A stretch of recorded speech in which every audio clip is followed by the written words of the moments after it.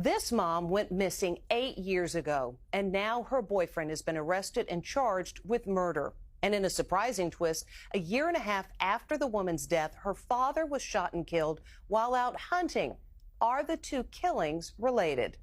It's 8 years since this mom of 5 vanished without a trace. 35-year-old Crystal Rogers' car was abandoned, with her phone, keys, and purse still inside.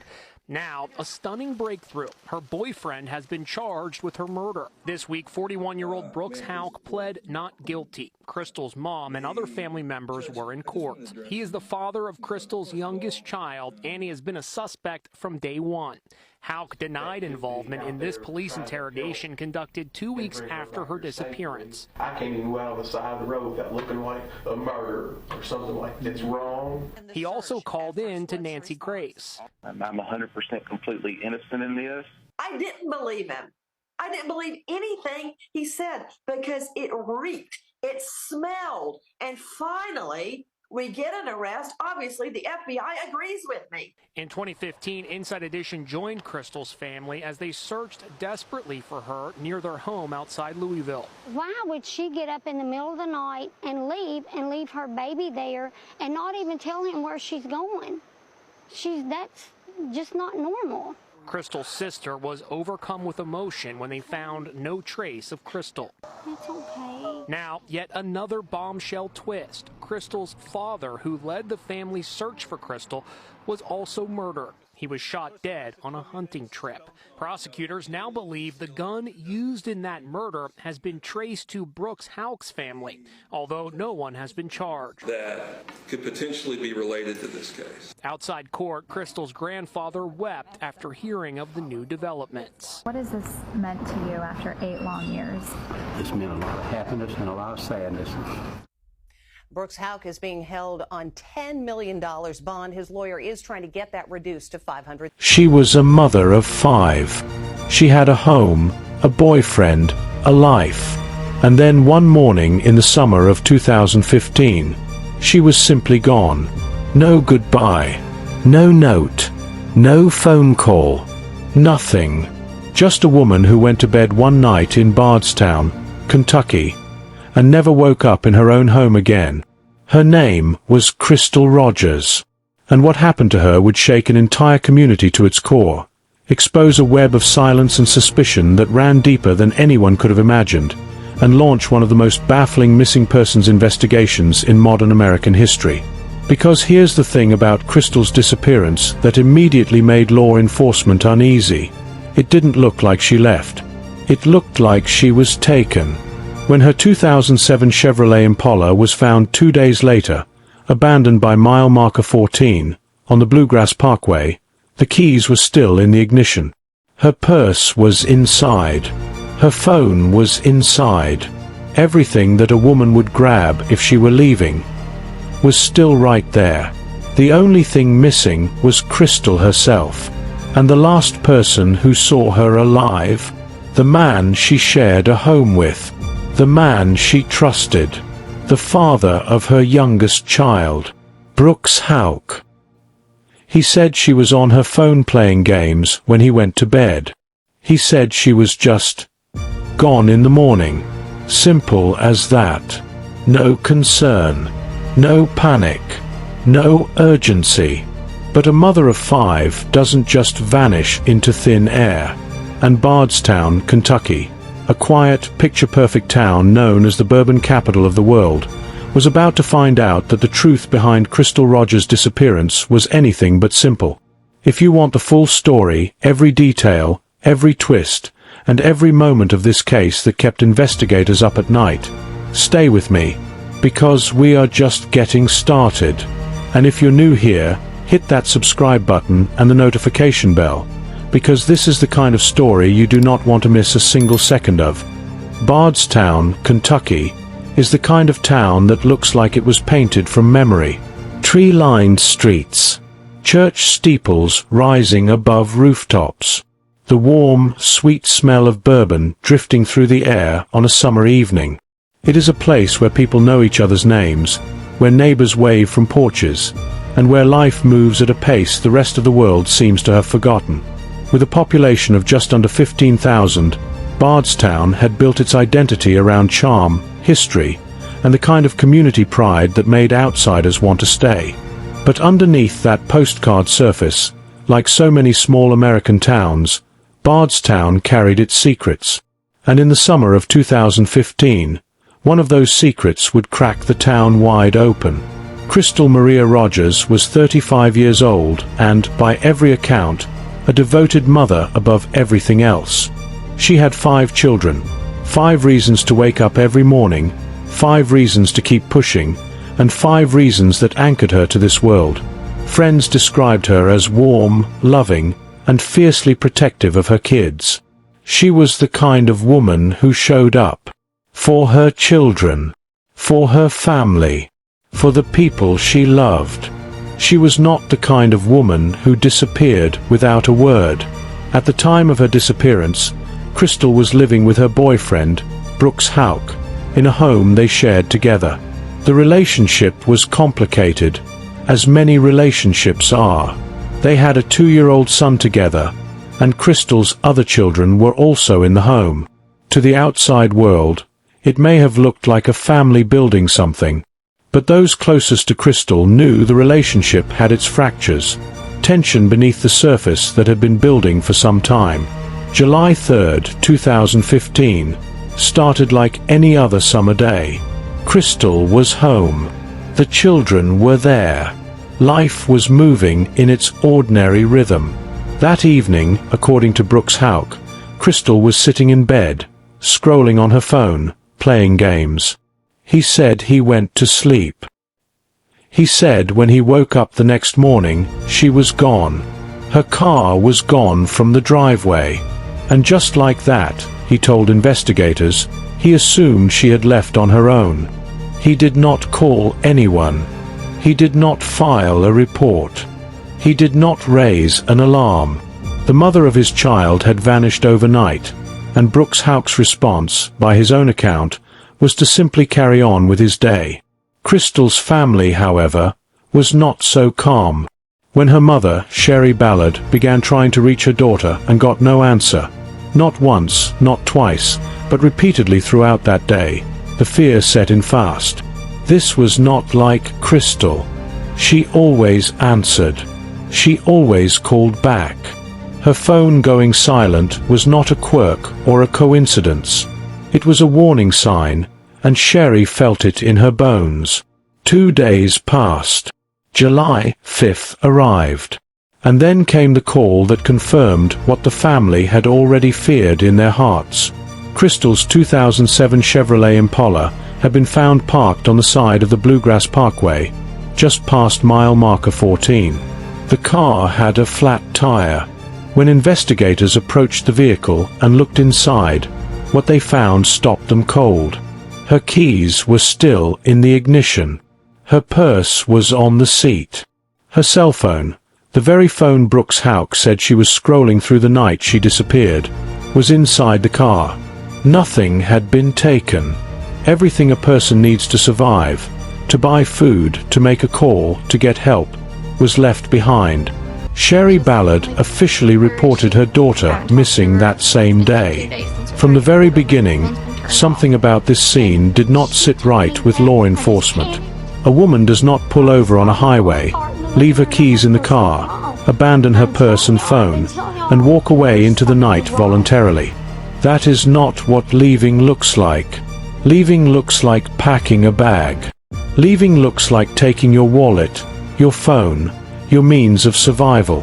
What investigators were looking at on that stretch of the Bluegrass Parkway looked far less like a woman who had chosen to disappear, and far more like a staged scene designed to make it look that way.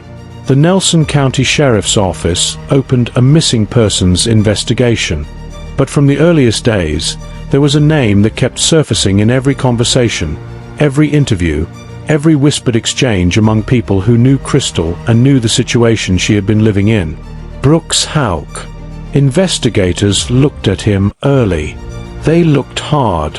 Houck came from a well-known and well-connected family in Nelson County, and that fact was not lost on the community watching this case unfold from the outside.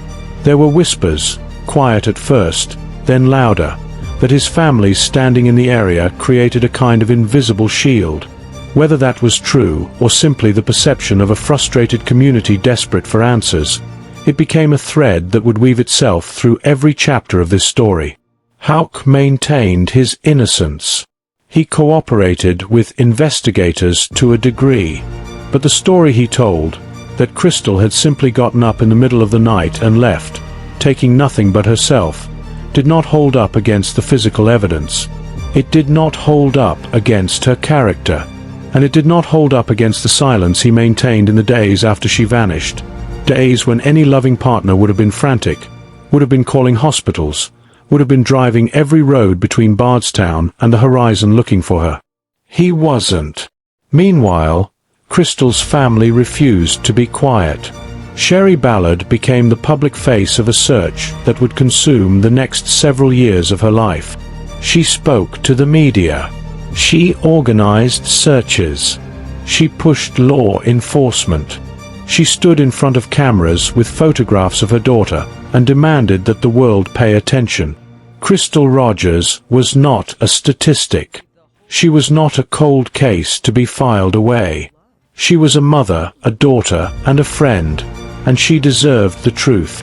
The searches that followed covered miles of Kentucky countryside. Volunteers combed through fields and forests. Tips came in and were followed up. But Crystal was nowhere to be found. Not a trace. Not a piece of clothing. Not a single physical remnant of the woman who had been sitting in her boyfriend's home just days before. As summer turned to fall, and fall turned to winter, and 2015 became 2016, the investigation hit wall after wall. The case that had begun with such urgency began to slow, and for a family waiting at the center of it all, each passing day without answers felt like a door closing just a little bit more. But then, in the spring of 2016, something happened that no one saw coming. Something that would tear the wound back open, send shockwaves through Bardstown all over again, and convince investigators that whatever darkness had swallowed Crystal Rogers was not finished yet. It was just getting started. If you've made it this far, you already know this case goes deeper than most people realize. Hit that like button if you want the YouTube algorithm to push this story to someone who needs to hear it. Drop a comment below telling me what you think happened to Crystal Rogers, and make sure you are subscribed. Because what comes next? It changes everything. There is a particular kind of grief that comes with not knowing. It is different from the grief of loss, where the worst has been confirmed and the mourning, however painful, can begin. The grief of not knowing has no bottom. It is an open wound that never closes, a question mark where there should be a period. For Sherry Ballard and Crystal's family, that grief had become the air they breathed every single day since July 2015. And just when they thought they were learning to carry it, 2016 arrived and handed them something heavier still. Tommy Ballard was Sherry's husband and Crystal's father. By everyone who knew him, he was described as a good man, steady, devoted to his family, and absolutely consumed by the need to find out what had happened to his daughter. In the months following Crystal's disappearance, Tommy had thrown himself into the search with everything he had. He attended community meetings. He walked fields. He pressed anyone who would listen for answers. Finding Crystal was not just a mission for Tommy Ballard. It was the only thing that mattered. On November 16, 2016, 16 months after Crystal vanished, Tommy Ballard went hunting on land his family had used for years. It was a routine morning. He was doing something familiar, something grounding, something that probably gave him a few hours of quiet in the middle of a storm that had not stopped since the summer before. But Tommy Ballard never came home from that hunting trip. He was shot and killed. Authorities ruled it a homicide almost immediately. A single bullet. A man out in the open, on land he knew well, doing something he had done hundreds of times. There was no robbery. There was no apparent motive that a stranger could have had. What there was, unmistakably, was timing. the father of a missing woman, a man who had been loudly and publicly pushing for answers in his daughter's case, was dead, shot while alone in a field, just over a year after she disappeared. The Bardstown community was not just shaken. It was terrified. 2 tragedies, 1 family, and still no arrests. Law enforcement could not ignore the connection, even if they could not yet prove it. Investigators began working both cases side by side, looking for the thread that tied Crystal's disappearance to her father's murder. The working theory that began to take shape was as chilling as it was logical, that Tommy Ballard had either gotten too close to the truth, or that someone wanted to send a message to a family that refused to stay silent. Either way, what was unfolding in Nelson County was no longer just a missing persons case. It was something far darker, and Brooks Houck remained in the picture. He had not been charged with anything. He had not been arrested. He was living his life in the same county where Crystal's family buried her father without ever getting to bury her. The optics were devastating, and the community felt the frustration acutely. Social media became a pressure valve. People who had watched the case from the beginning began to voice what many felt law enforcement was too slow to act on. The Houck family name kept coming up. The question of whether justice in Nelson County was truly blind, or whether it had a thumb on the scale for the right families, became impossible to avoid. 4 years, the investigation ground forward in fits and starts. The FBI became involved. The Kentucky State Police worked the case. Resources were brought in, tips were chased, and slowly, painstakingly slowly, a picture began to emerge. Not a complete picture. Not yet. But enough of one to understand that Crystal Rogers had not walked away from her life. She had been taken from it. And the people responsible had spent years believing they had gotten away with it. The break, when it finally came, did not arrive with a dramatic confession or a sudden discovery. It came the way most justice in cold cases eventually does, through relentless work, accumulated evidence, and people who eventually found that the weight of what they knew was heavier than the cost of saying it. In the fall of 2023, a Nelson County grand jury handed down indictments that sent shockwaves through Bardstown and well beyond. 3 men were charged in connection with Crystal Rogers' murder. Joseph Lawson, a local man, was charged with conspiracy to commit murder and complicity in tampering with physical evidence. And Brooks Houck, the man who had been the center of suspicion since the very first morning Crystal was reported missing, the man who had sat across from investigators and told them she had simply walked out of their home in the middle of the night, was indicted on a charge of murder. 8 years. It had taken 8 years to get to this moment. Sherry Ballard, who had spent those 8 years standing in front of cameras with her daughter's photograph, who had buried her husband without answers, and who had refused to let the world forget Crystal Rogers' name. She did not celebrate. She did not feel relief. Not exactly. What she felt, by her own account, was a cautious and weary exhale. Because an indictment is not a conviction. And she had learned, over 8 brutal years, not to count on anything until it was real, signed, sealed, and final. The arraignment of Brooks Houck in October 2023 was a moment that many in Nelson County had stopped believing would ever come.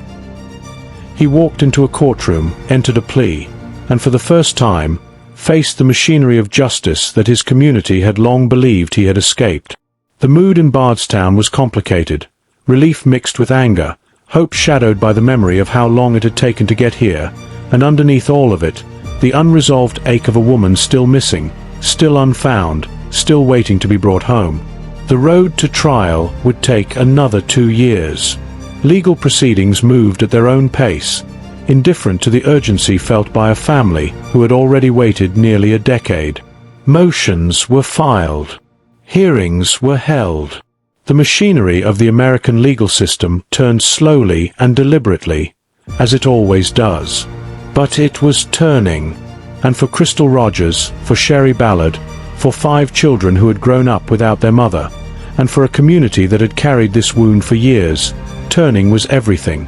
because the courtroom was coming. The witnesses were coming. The evidence that investigators had spent 8 years building, piece by painstaking piece, was finally going to see the light of day. And the story that Brooks Houck had been telling since July 2015, the story of a woman who just got up and left in the night, was about to be tested against everything a jury of 12 people could see, hear, and decide for themselves. The trial of Brooks Houck was not just a legal proceeding. It was the moment an entire community had been waiting for.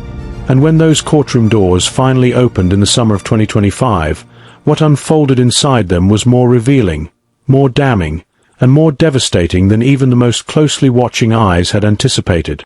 The summer of 2025 arrived in Bardstown the way it always does, warm, unhurried, carrying the faint sweetness of bourbon on the breeze. But this summer was different. This summer, after 10 years of silence, suspicion, grief, and unanswered questions, the truth about what happened to Crystal Rogers was finally going to be argued inside a courtroom.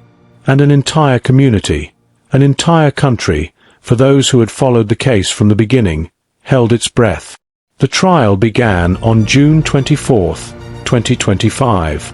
What followed was 10 days that laid bare, in painstaking and often devastating detail, the full weight of the case that investigators had spent nearly a decade constructing. More than 50 witnesses took the stand.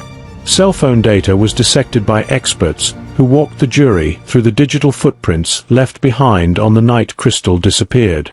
Surveillance footage was played. Recorded interrogations were heard. Expert testimony on policing, forensic evidence, and the behavior of the accused painted a portrait not just of a crime but of a cover-up, deliberate, calculated, and sustained across years. Brooks Houck sat at the defense table through all of it. The man who had once told investigators that Crystal was simply gone when he woke up, who had offered no panic, no urgency, no grief in those first critical hours and days, now sat before a jury that was hearing a very different version of events. The prosecution did not have a body. Crystal Rogers has never been found. But what they had was something that prosecutors had increasingly relied upon in the modern era of criminal justice. A mountain of circumstantial evidence so consistent, so interlocking, so difficult to explain away, that it told its own story with unmistakable clarity. The cell phone data was particularly damning. Investigators had traced the movements of phones in and around the Houck residence in the hours surrounding Crystal's disappearance. The patterns that emerged contradicted the simple narrative Houck had offered, that he went to sleep, she was gone, end of story. The data suggested something far more deliberate had occurred that night, something that involved movement, coordination, and effort to conceal. Combined with testimony about Houck's demeanor in the aftermath of Crystal's disappearance, his lack of visible distress, his failure to search for her, and his quiet return to daily life while her family tore themselves apart looking for her. The picture the prosecution built was one of a man who already knew exactly where Crystal Rogers was because he was responsible for putting her there. Joseph Lawson's role was also laid out for the jury in full. The conspiracy charge against him alleged that the plan to silence Crystal had not been a solo act, that Houck had not acted alone on that July night in 2015. The web of complicity extended beyond one man and one decision. There had been coordination. There had been people who knew, people who helped, people who had carried that knowledge for a decade, while Crystal's mother stood on television holding a photograph of her missing daughter and begged for answers. The defense pushed back. Houck's attorneys argued that the prosecution had offered no evidence of how the murder was committed, no evidence of where it took place, and no body to anchor any of their claims to physical reality. They cited trial errors. They challenged the reliability of the cell phone evidence. They reminded the jury, as defense attorneys must, that the burden of proof rests entirely with the prosecution, and that suspicion, however strong, is not the same as guilt beyond a reasonable doubt. It was a rigorous defense, and it raised real legal questions that would echo beyond the verdict. But the jury had heard 10 days of testimony. They had sat with 50 witnesses. They had watched the surveillance footage, listened to the interrogation recordings, and weighed every piece of evidence laid before them. And when they returned, their verdict was unanimous. Brooks Houck was found guilty of murder. He was sentenced to life in prison. Joseph Lawson was found guilty of conspiracy to commit murder and tampering with physical evidence. He received 25 years. A third man connected to the case was also convicted. His role in the conspiracy confirmed by the same jury that had finally, after a decade, delivered the justice that Crystal Rogers' family had fought so long and so hard to see. In the courtroom, in the hallways outside, in the streets of Bardstown, and across the living rooms of everyone who had followed this case, the verdict landed with a particular weight of something that had been a long time coming. It was not the clean closure that grief deserves. Crystal Rogers was still missing. Her body had still not been found. Sherry Ballard had watched her husband buried without answers and had spent a decade fighting for her daughter, and she still could not lay Crystal to rest in the ground. The verdict confirmed what the family had always known, that Crystal was murdered, that she did not walk away, and that she was taken from her children in the dead of night by the very person who was supposed to protect her. But knowing is not the same as having her back, and that absence, that unfinished chapter, is a wound that a guilty verdict alone cannot close. The legal story did not end with the sentencing. In January 2026, Houck's attorneys filed an appeal to the Kentucky Supreme Court, arguing that the evidence presented at trial was insufficient to sustain the conviction and citing multiple alleged errors in how the trial was conducted. In April 2026, Lawson's attorneys followed with their own appeal. And on May 6, 2026, just days before this video was made, Kentucky Attorney General Russell Coleman filed a 103-page brief urging the Kentucky Supreme Court to uphold Houck's conviction in full, calling the appeal an attempt to relitigate a case that was carefully, thoroughly, and fairly tried before a unanimous jury. The appeals process will take time. It always does. And Sherry Ballard, the woman who has become the unbreakable center of gravity in this entire decade-long story, will wait. Again. Because waiting is what this family has learned to do. Waiting for answers, waiting for justice, waiting for the day that Crystal can finally, truly be brought home. There is one more thread in this story worth holding on to. In February 2026, the Kentucky House passed the Crystal Rogers Act, a piece of legislation bearing her name, born from the failures and lessons exposed by her case, designed to ensure that what happened to her, the years of silence, the stonewalling, and the agonizing delays, becomes harder to repeat for the next family standing where Sherry Ballard stood. Crystal Rogers could not be saved. But her name is now written into the law of the state she called home. And that means something. She was a mother of 5. She played games on her phone and went to bed one summer night in Bardstown, Kentucky, and the world she knew ended before morning. She has never been found. But she has never been forgotten either. Not by her family, not by her community, and not by the thousands of people who carried her story until justice finally caught up with the men who took her. Her name was Crystal Rogers. And now, the whole world knows it. If this story moved you, if it made you feel something, then do not let it stop here. Share this video with someone who needs to hear Crystal's story, because awareness is how cold cases get solved, and it is how families like hers find the support to keep going. Leave a comment below telling me which part of this case haunted you the most. Hit the like button if you believe Crystal deserves to be found. And subscribe to this channel, because every week we bring you true crime stories told the way they deserve to be told, with respect for the victims, with the facts laid bare, and with the kind of depth that a 30-second headline can never give you. Crystal Rogers' family is still searching.